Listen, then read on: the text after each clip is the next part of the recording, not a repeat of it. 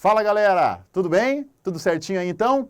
Fizeram um simulado? Espero que tenham ido bem e agora a gente vai conferir as respostas de informática aqui então. Você já deve ter tido acesso ao gabarito, já viu quais você acertou, quais você errou e agora a gente vai ver por que você errou determinada questão, vamos conferir isso juntos e se você acertou, a gente vai ver também, porque não vale ter acertado na sorte no chute, tem que ter acertado raciocinando de forma correta na questão. Então vamos ver se o seu raciocínio também seguiu a forma correta. Vamos entender as questões, raciociná-las e assim chegarmos nas respostas e aí a gente conseguir aprender com elas também, ok? Percebeu que foram então uma questão sobre correio eletrônico, uma sobre internet, duas sobre Windows, duas sobre Word, 3 de Excel e uma de PowerPoint. Eu acredito que deva ser essa proporção também lá no dia 17 de novembro, tá? Deve se mudar é uma para lá, uma para cá, só ali a proporção deve ser essa também, onde Excel e Word se tornam as matérias principais, deve ter uma questãozinha de PowerPoint, no máximo duas, o normal é que seja uma só, tá? Uma questãozinha de e-mail, uma questãozinha de internet geral ali, então vai ser assim para nós então, e é assim que a gente vai corrigir a partir de agora. Então vamos lá, ó. Questão na tela, vamos corrigir as questões uma a uma então. Começando, aqui eu coloquei questão número 1, porque são só as questões de informática aqui para mim, tá, pessoal? Então, tem que ver qual que é a numeração aí na sua prova aí, tá? Mas para mim tá aparecendo da seguinte forma, tá? Durante a elaboração de um e-mail, um auxiliar de promotoria preencheu os campos abaixo com estas informações. De Fernando para Carla e também para Rebeca, com cópia para Vitor e com cópia oculta para César. Após receber essa mensagem, Rebeca clicou no botão Responder a Todos e preparou uma resposta. Considerando que todos os e-mails na questão são válidos e existentes, indique a quantidade de destinatários que receberão esta resposta assim que ela, a Rebeca no caso, né? Assim que ela clicar em enviar aí para nós então. Então vamos lá, pessoal. Eu estou aqui com o Fernando no campo D, né? Eu estou falando para vocês, já estou escrevendo aqui no quadro também aqui para a gente poder resolver juntos aqui. Com cópia para Carla e para Rebeca, com cópia oculta para César, para campo para com a Carla e a Rebeca, com cópia para Victor e com cópia oculta para o César aqui para nós. Você que não fez o simulado, você que está vendo o vídeo agora pela primeira vez, está vendo essa questão aí pela primeira vez, dá um pause no vídeo, tenta responder ela também, tá? Vamos juntos tentar chegar na resposta aqui então. E aqui estão os itens aqui no quadro então, simplifiquei aqui a questão para nós, né? E a questão diz que a Rebeca clicou na opção Responder a Todos aqui para nós então. A pergunta é, para quantas pessoas vai a resposta da Rebeca? Quantos destinatários receberão a resposta da Rebeca, pessoal? E aqui vamos lembrar que quando eu clico no botão Responder a Todos, não é necessariamente para todo mundo. Por quê? Porque tem gente aqui que a Rebeca nem está sabendo da existência. Quem aqui que a Rebeca não está sabendo que existe aqui, né? O César. O César está no campo cópia oculta. Quem está no campo cópia oculta, a Rebeca não vai ver, né? Ninguém está sabendo do César, só o Fernando que foi quem mandou essa mensagem. E quando eu clico no Responder a Todos, a resposta ela vai para todos que eu estou vendo, tá? Responder a todos que eu estou vendo. Quem eu não estou vendo, quem eu não sei da existência, não vai receber a minha resposta. Então, quando a Rebeca clica em Responder a Todos, a resposta dela vai para o Fernando, vai para a Carla, não vai para ela mesma, né? Vai para o Vitor, não, desculpa, não sei se você ouviu bem, não vai para ela mesma, tá? Né? Vai para o Vitor e não vai para o César. Porque ela não sabe da existência do César. A resposta dela vai para essas 3 pessoas aqui, então.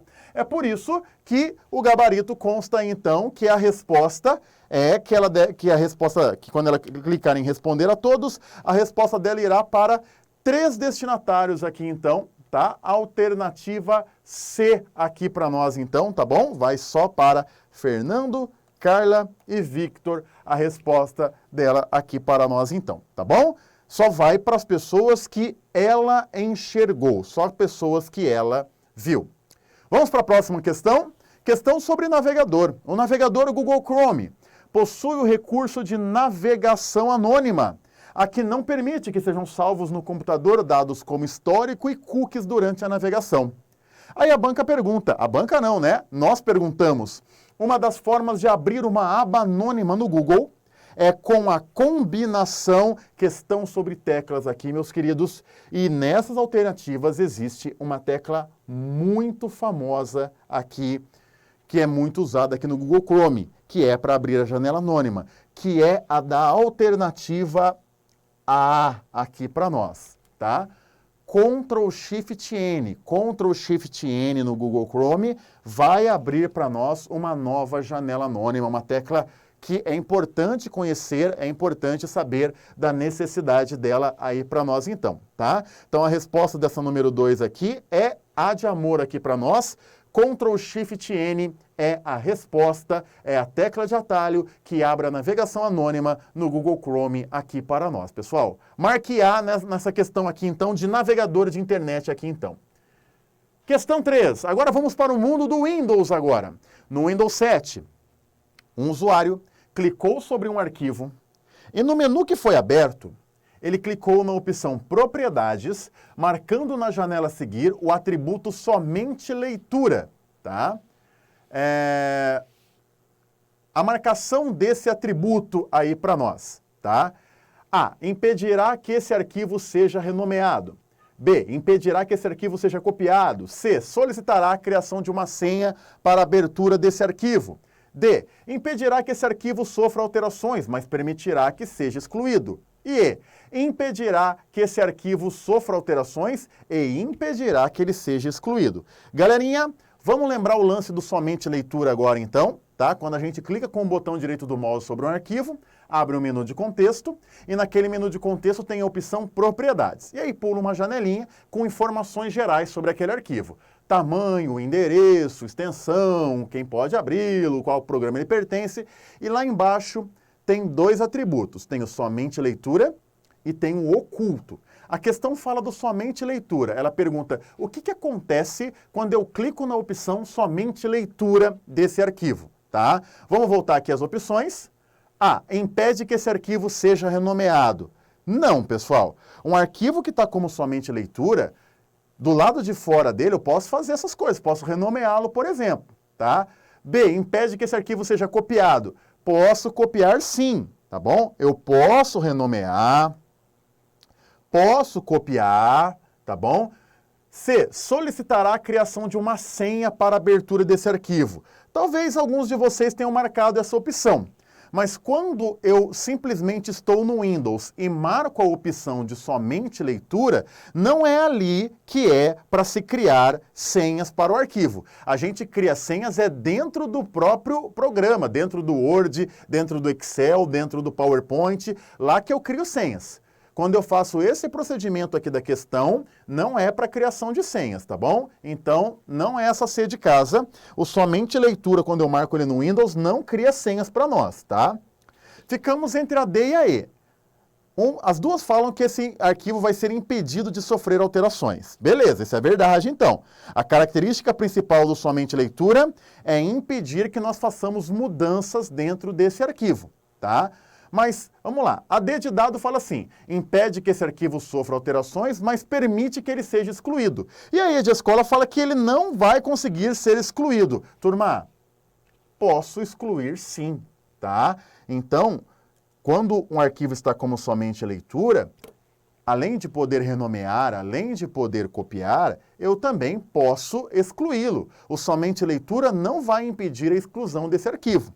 Mas a E de escola, né, diz o seguinte aqui para nós então, tá? Opa, vamos arrumar aqui. Isso, é a D de dado que a gente tem que riscar aqui, né, pessoal? Ó, impedirá que esse arquivo sofra alterações e impedirá que ele seja excluído. Não, impedirá que o arquivo sofra informações, mas permite que ele seja excluído. Excluir pode.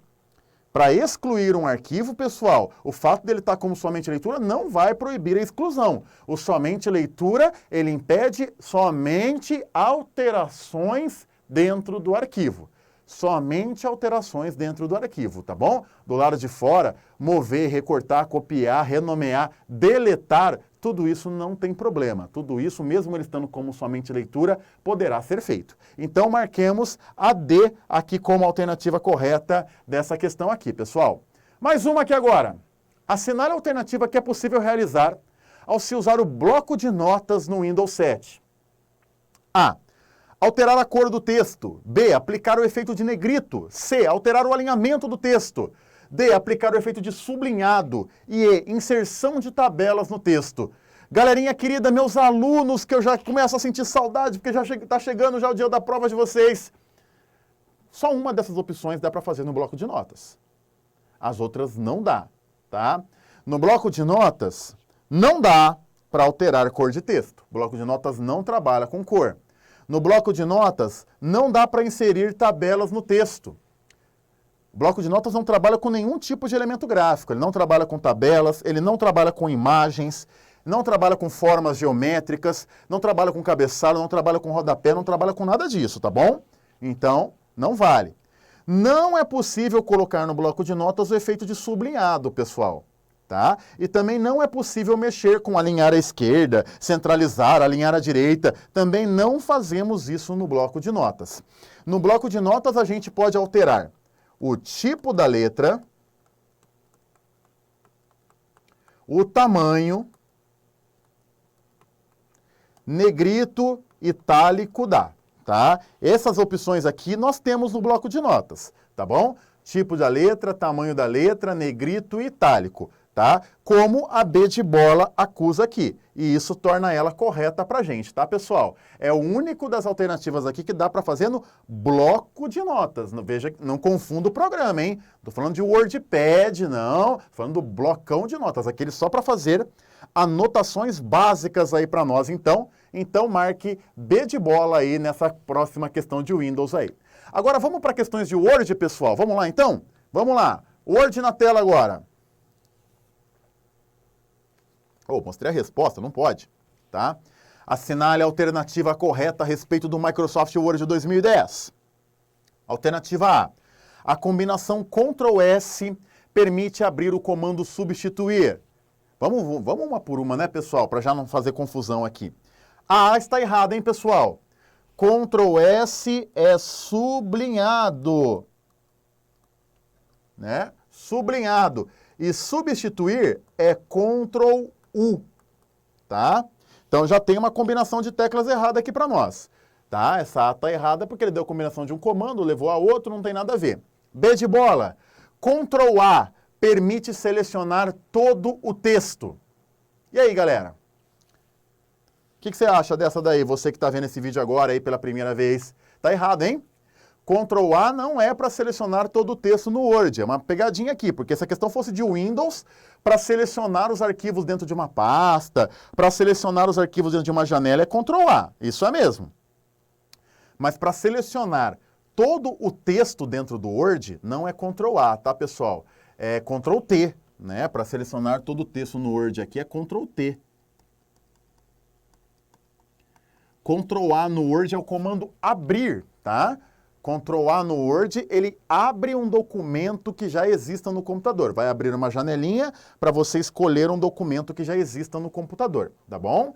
C de casa, a combinação Ctrl mais Enter permite inserir uma quebra de seção. Essa eu tentei pegar aqueles que ainda não guardaram muito bem essas expressões aqui, pessoal. Ctrl Enter não é quebra de seção. Para quebra de seção a gente não tem combinação. Ctrl Enter é para quebra de página. Tá? E é diferente. Quebrar a página é saltar com o nosso cursor para a próxima página, né? E se ele estiver no meio de um texto, levar aquele restante de texto junto. É saltar, é ir para a próxima página, tá? Quebrar seção é outra coisa. Quebrar seção é dividir o documento em duas partes para ter cabeçalhos diferentes, rodapés diferentes. Uma coisa é quebrar a página, que é o da combinação Ctrl Enter. Outra coisa é quebrar seção. Quebrar seção é dividir meu documento em partes, né? A alternativa correta é a D de dado, pessoal. A combinação Ctrl-O permite iniciar um documento novo, tá? Ctrl-O inicia um documento novo no Word para nós e a E de escola também vai estar errada. Ctrl-T é o comando taxado. Não, acabei de mencionar aqui em cima, né? Ctrl-T é para selecionar todo o texto. O taxado não tem tecla, tá bom? Então, veja que eu tentei colocar algumas teclas aí que tentam, né, induzir vocês com relação a alguns botões para pegar aqueles que ainda não guardaram muito bem ainda o lance aí das teclinhas, tá? Mas a gente consegue aprender bastante aí com essa questão, porque todas essas combinações aqui podem ser citadas em prova, então, tá bom, pessoal? Então, fique esperto aí, hein? Fique esperto, fica ligeiro, dedidado é a resposta correta. Mais uma de Word aqui agora, vamos lá. Durante a edição de um documento no Word 2010, o usuário clicou 2 vezes sobre uma palavra e em seguida ele apertou um determinado botão que eu não mencionei o nome, apenas coloquei a imagem aí para vocês. A banca pergunta, qual alternativa descreve o que vai acontecer? Tá? Na verdade, eu acabei perguntando 2 coisas nessa questão, viu, pessoal? Primeiro, quando eu dou 2 cliques em uma palavra, eu estou selecionando o quê? A palavra? O parágrafo? O texto? Tudo isso está sendo já cobrado nas alternativas. Então, já tenho aqui a primeira parte da questão, que é o que vai ser selecionado quando eu dou 2 cliques sobre uma palavra. E vamos lembrar a regra aqui que a gente já conversou, pessoal. Se eu estou clicando sobre uma palavra, 2 cliques selecionam somente aquela palavra. E 3 cliques selecionam o parágrafo todo ao qual aquela palavra pertence, tá? 2 cliques, e tudo quando eu clico na palavra. 2 cliques seleciona a palavra, 3 cliques selecionam o parágrafo todo, tá bom? Então, quando a questão diz que eu dei 2 cliques em cima de uma palavra, selecionamos apenas essa palavra, tá bom? Então, ó, quando a C de casa fala assim, o parágrafo ao qual pertence a palavra onde foram feitos vai ficar destacado. Não, não é o parágrafo, não. A D de dado também não, está falando que o parágrafo que vai sofrer mudanças. Não, a alternativa correta está na E de escola. Desculpa, a alternativa errada também é a E de escola, que ele está falando o texto aqui também para nós, né? Estamos entre a A e a B. Tanto a A e a B falam que a palavra onde foram efetuados os cliques vai ficar com algum efeito. E aí vem a segunda parte da questão. Que botão é esse? Esse botão é o botão Realce. Ele fica na guia página inicial, no grupo fonte, tá? O botãozinho Realce para nós. E ele tem um efeito idêntico ao de uma caneta marca-texto, né? Por isso que a A de amor será a resposta correta aqui nessa questão. A palavra, porque foram 2 cliques, a palavra onde foram feitos os cliques ficará destacada com um efeito semelhante ao de uma caneta marca-texto. O nome do botão não é marca-texto, mas é um efeito que lembra, porque o nome desse botão aqui é Realce, tá bom? Marque A de amor aqui na resposta dessas 6. E vamos agora para as questões de Excel. Temos uma longa questão aqui agora, uma longa fórmula aqui para a gente, que a gente montou para que a gente consiga lembrar de bastante coisa aqui agora. É uma fórmula C. E uma fórmula C, conforme a gente já viu bastante em sala, né, pessoal? A gente nunca faz ela inteira, a gente vai fazer só a parte que interessa. Para fazer a parte que interessa, a gente tem que separar as partes, né? Ô, louco, volta aqui. Temos que separar as partes, tá? Eu tenho uma fórmula C aqui, ó, que tem o teste, a resposta verdadeira... Opa, escapou um pouco aqui. A resposta verdadeira e a resposta falsa. Teste, verdadeiro e falso. Separados aqui por ponto vírgula aqui para nós, né? Só que no teste não é um teste só. Assim que a gente começou a fórmula C aqui, ó, eu coloquei aqui a condicionante E. Foi uma das coisas que a gente já viu em Excel juntos aqui em sala, né, turma? Quando tem essa condicionante E aqui, a gente está avisando para o Excel que vão vir 2 ou mais testes. O Excel vai ter que analisar 2 ou até mais situações. Aqui na questão, no caso, são 2 situações. Essa e essa. Né? E depois dele analisar, ele vai ver se ele vai escolher a resposta verdadeira ou a resposta falsa. Só que na condicionante E, para que ele possa escolher a resposta verdadeira, esse teste tem que dar verdadeiro e esse também tem que dar verdadeiro. Se os 2 derem verdadeiro, aí a gente escolhe a resposta verdadeira. Se um dos 2 der falso ou se os 2 derem falso, aí a gente vai ter que escolher a resposta falsa, tá bom? Então aqui nesse momento a gente vai ter que tomar essa decisão. Vamos ter que analisar os 2 testes e ver se os 2 dão verdadeiro. Vamos analisar o primeiro aqui. A3 é maior que C1? Em A3 é um número 90 e em C1 é um número 20. 90 é maior que 20. Esse teste realmente dá verdadeiro, galera. Aqui dá verdadeiro aqui para nós, hein? E esse segundo teste aqui, ó. D1 é o número 50. É maior que B4? B4 é o número 40. Ora, esse teste também dá verdadeiro aqui pra gente, né, pessoal? Olha só, esse e esse deram verdadeiros. Quando os dois testes dão verdadeiro, você pode escolher a resposta verdadeira, galerinha. Podemos escolher essa primeira resposta aqui. E lembre que a gente nem precisa fazer a segunda, embora tenha uma fórmula de contagem ali na segunda, que era para contar de B1 até C3 quantas células são maiores que 20, mas a gente não precisa fazer. Lembre que a fórmula C, a gente faz só a parte que nos interessa, e a parte que nos interessa é agora aqui, ó. De A1 até B3, eu quero o terceiro maior número. Lembre que a fórmula maior é para achar uma posição, e a posição sempre vem nesse finalzinho aqui, né? De A1 até B3 agora, galera. Vamos lá. Cuidado com o intervalo de células, hein? Não se esqueça de fazer aquele retângulo que eu te mandei fazer na aula. Olha aí, ó. De A1 até B3, olha só. De A1 até B3, queremos o terceiro maior número. Lembre que o 3 é para uma posição. E o maior é 200.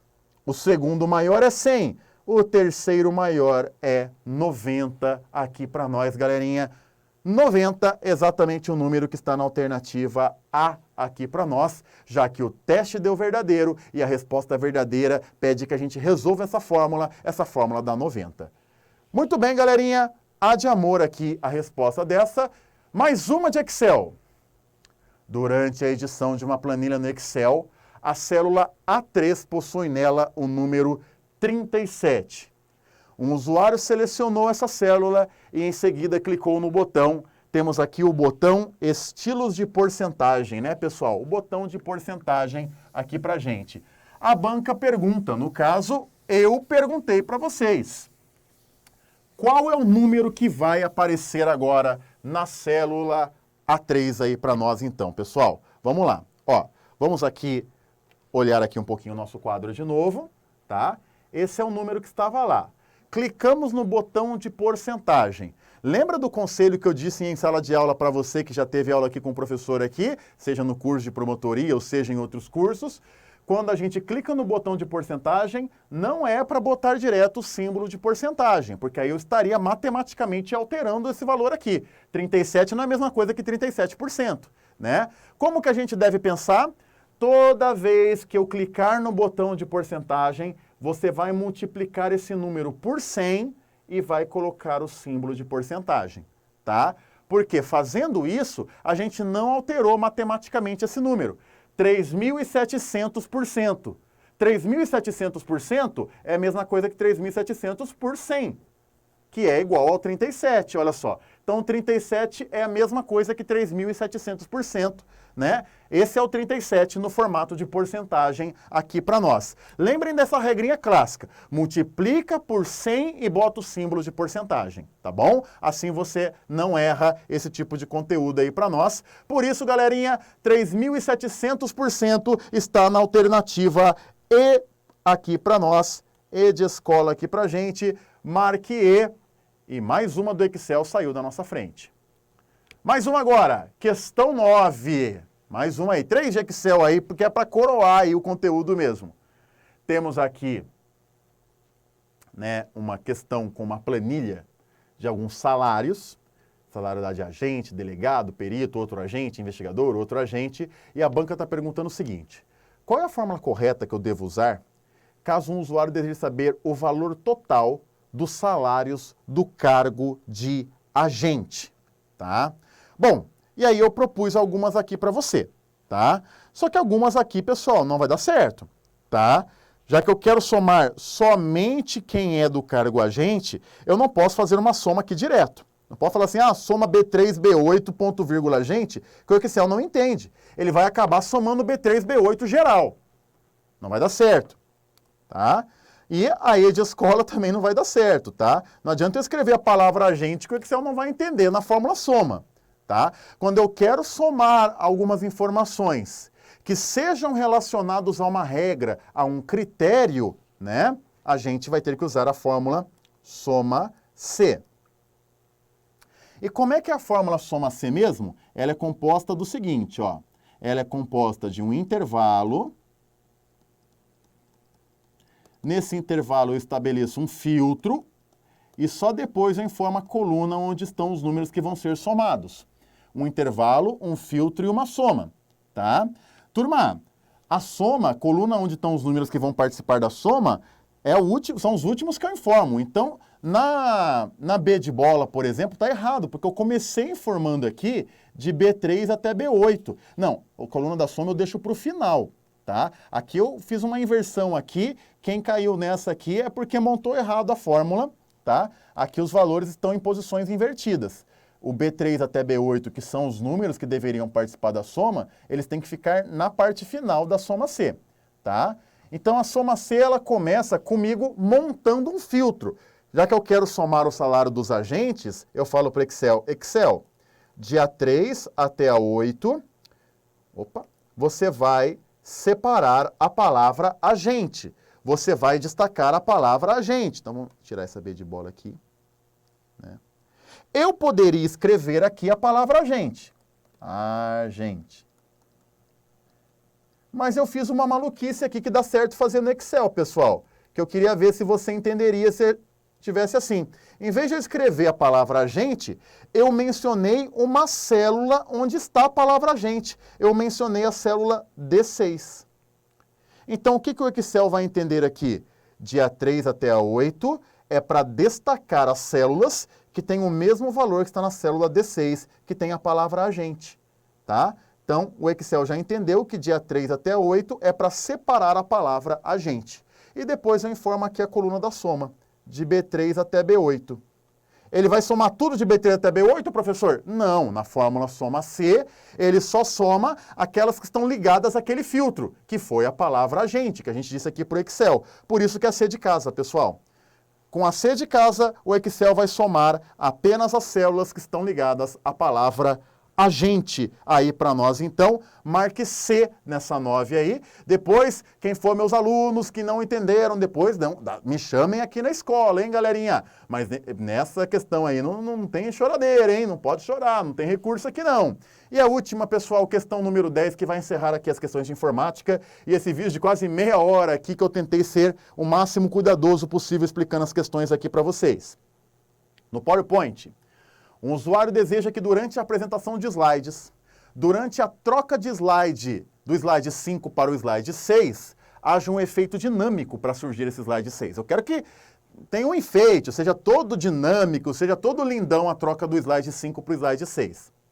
Para que esse efeito deva acontecer, o usuário ele deve inserir o quê, pessoal? Uma animação no slide 6, uma transição no slide 5, uma animação no slide 5, uma transição no slide 6 ou um efeito de animação nos slides 5 e 6? Bom, na nossa aula de PowerPoint, a gente teve o cuidado de poder falar sobre todos esses elementos. Quem já teve aula de PowerPoint com o professor, né?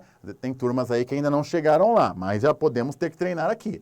Turma, quando a banca fala que nós estamos trocando de um slide para outro, essa troca, esse efeito, a gente chama de transição. Então, quando a questão vem e fala assim, eu quero que durante a troca do slide 5 para o slide 6 tenha um efeito muito louco. Esse efeito é chamado de transição. Então, nós temos que colocar agora uma transição nessa apresentação, tá? Então, a palavra a ser usada aqui, pessoal, é transição, que está aqui nessas duas alternativas. Vou lá naquela guia transições do PowerPoint e vou colocar o efeito agora que eu quero. A pergunta final agora é a seguinte, essa transição eu coloco no slide 5 ou eu coloco ela no slide 6? E quem já teve aula com o professor sabe, quando eu vou trocar de um slide para outro, o efeito eu coloco no slide que vai entrar, não no slide que vai sair. Então, se eu quero uma troca do slide 5 para o slide 6, eu tenho que colocar um efeito de transição no slide 6, galera, naquele que está entrando, tá? Então, uma questão que leva aqui com cuidado. Primeiro, o que é transição, né? Animação são aqueles efeitos que acontecem dentro de um mesmo slide. Quando há uma troca de um slide para o outro, há uma transição, né? Então, primeiro, o que é transição, e segundo, onde é que eu devo aplicar a transição para que aconteça o efeito que eu desejo. Aí, então, alternativa D de dado aí para nós, nas nossas questões de informática. E agora, com exatos 30 minutos aí, o nosso vídeo se encerra, galerinha. Novamente, eu espero que você tenha ido bem, mas se não foi também, fica tranquilo. É momento de você pegar essas questões, apontar o dedo e falar, preciso melhorar nisso daqui. O lado bom, ainda você tem tempo para isso. A nossa prova é daqui a aproximadamente um mês, lembrando que nós estamos aqui focando no concurso que vai acontecer em novembro de 2019 aqui no estado de São Paulo, aí você de outros locais que está vendo esse vídeo aí conosco também. Espero poder ter ajudado tanto você, meu querido aluno, que fez o simulado, quanto você que está vendo esse vídeo na intenção de aprender com mais conteúdos aí então, tá? Você que está chegando agora, não esqueça de assinar aqui o nosso canal, colocar aqui o sininho, aquelas coisas todas, você sabe como é que funciona o YouTube aí, essas paradas todas, tá bom? Para você poder receber mais vídeos da gente e assim melhorar aí o seu conteúdo de informática e de outras matérias também, tá bom? Queridos alunos, um querido beijo para vocês aí, tá bom? Vou encontrar vocês ainda em sala de aula e desejo que vocês tenham tido um excelente resultado aí. De qualquer forma, desejo que você tenha aprendido bastante e crescido com esse simulado e com essa resolução. Um abração, tchau, tchau!